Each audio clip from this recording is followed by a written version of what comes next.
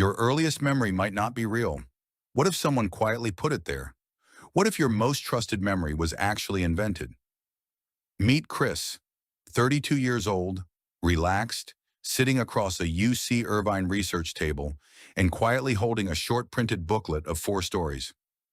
Inside are 4 short stories about his own childhood, each written by someone in his family who was actually present when the events occurred. 3 of those stories are completely real. The fourth was quietly invented by the research team just a few days before Chris ever arrived there. Chris reads all 4 carefully. He sets the booklet down. He says he remembers each of them, including the one that was fabricated. He describes getting lost in a busy mall as a kid, the noise, the crowd, the panic when he couldn't spot his mom anywhere.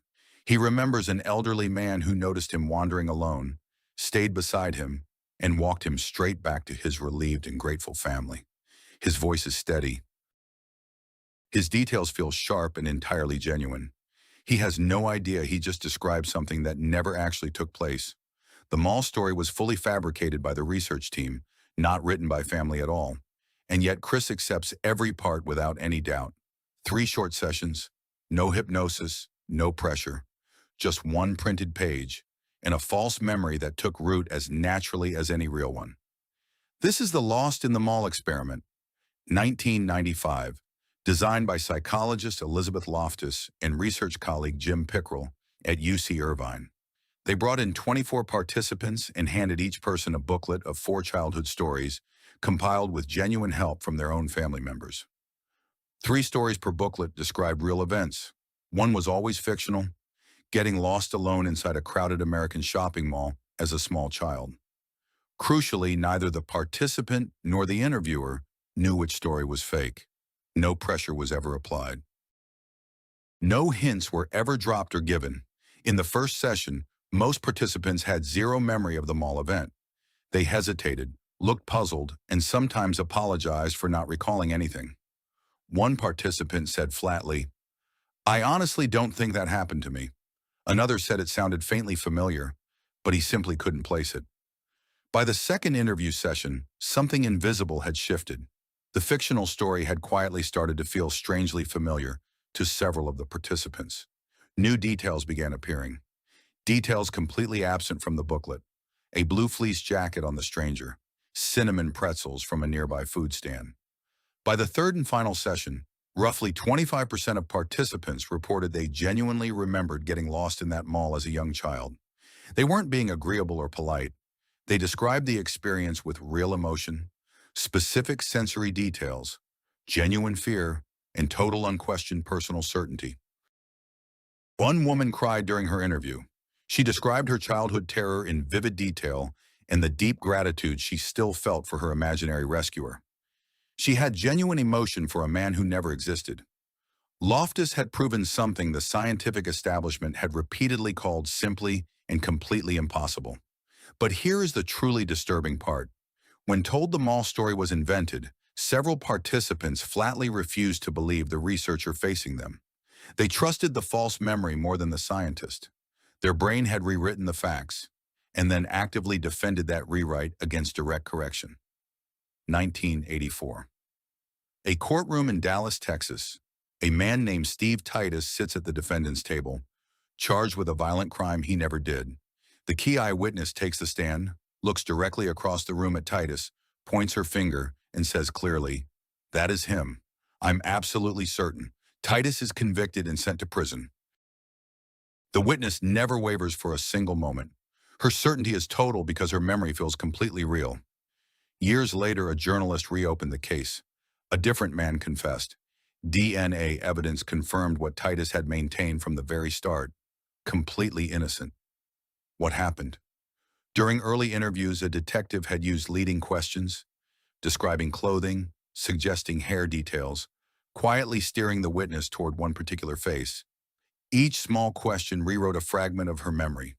By trial day, she wasn't identifying the actual attacker. She was describing a brain-assembled reconstruction.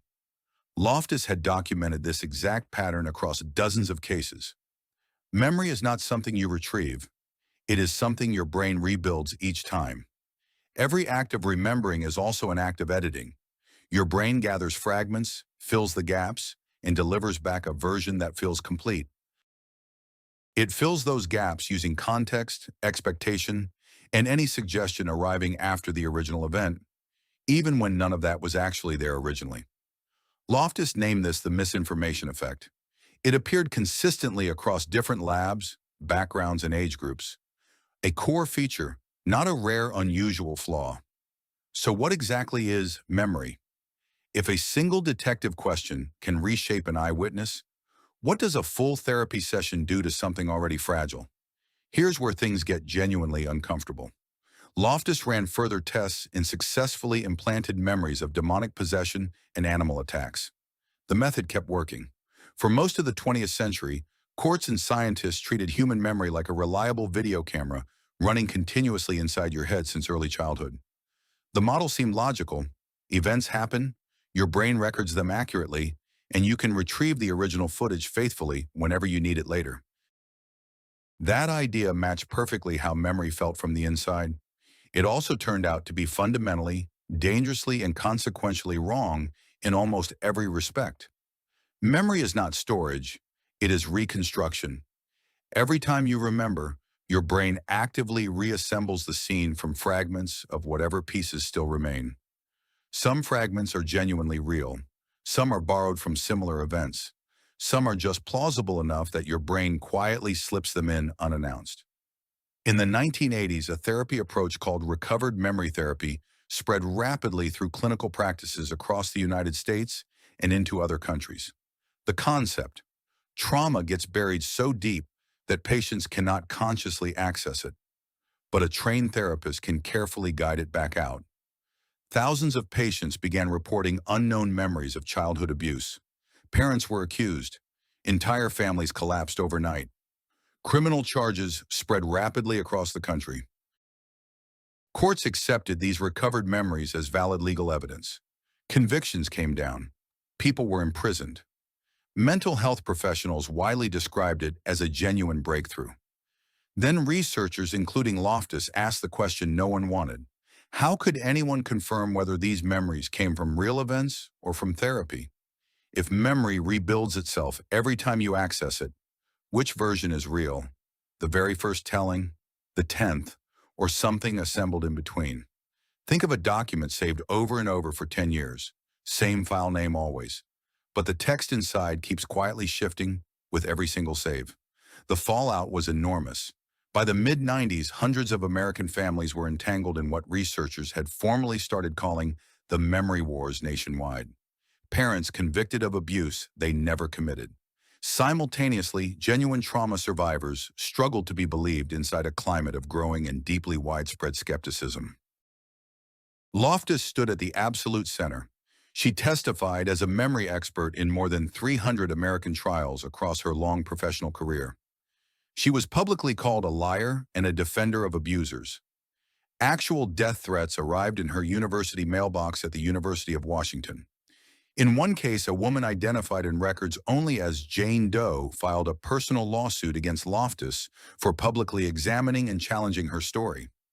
Loftus had uncovered solid evidence that Jane Doe's recovered memories had been progressively shaped by repeated therapeutic suggestion inside the therapist's office across many months.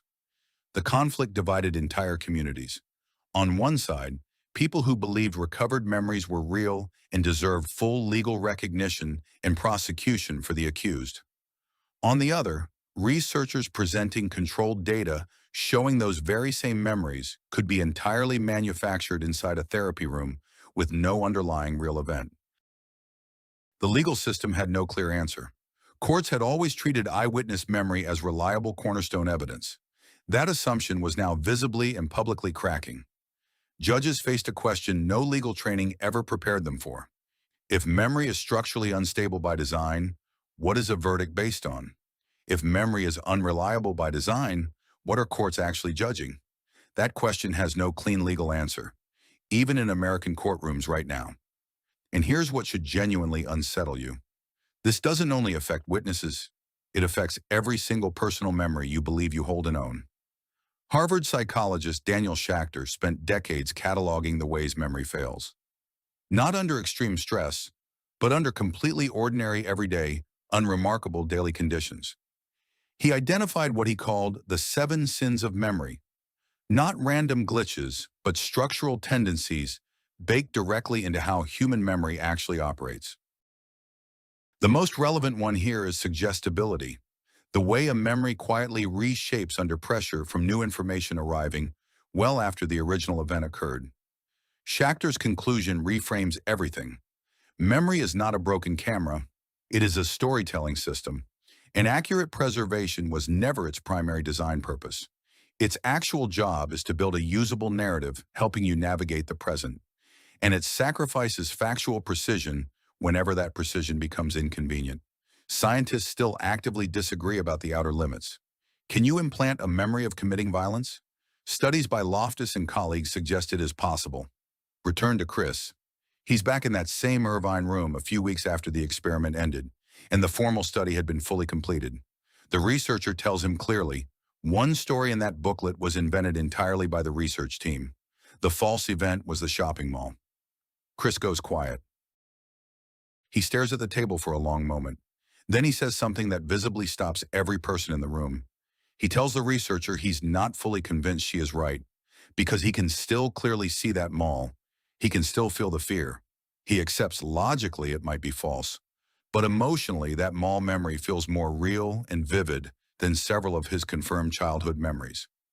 That is the thing about false memories. They carry no warning label. They feel exactly like real ones, sometimes even sharper and more vivid. Is your autobiography fact, or the most convincing story your brain assembled? At Beyond Explained, we follow questions science hasn't finished. Like and subscribe